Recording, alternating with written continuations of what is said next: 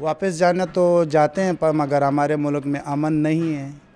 वहाँ पे चंद किस्म के फ़िरक़े बने हुए हैं, एक को मार रहे, दूसरा दूसरे को मार रहे, और अगर अमन ना आए तो हम नहीं जा सकते। तो यहाँ से जो गए वो भी बहुत तंग है, और उनमें से जो नौजवान तबका है वो वापस आया हुआ है यहाँ पे, इधर अपना मजदूरी कर रहा है, यहाँ से कुछ ना कुछ कमा कर उधर भेज रहा है। वहाँ पे ना मजदूरी है और ना अमन है। हमारा अपना पैदाइश इधर को, मैं उधर जाऊँ तो मुझे किसी चीज़ का उधर पता नहीं है, सब बताऊँ।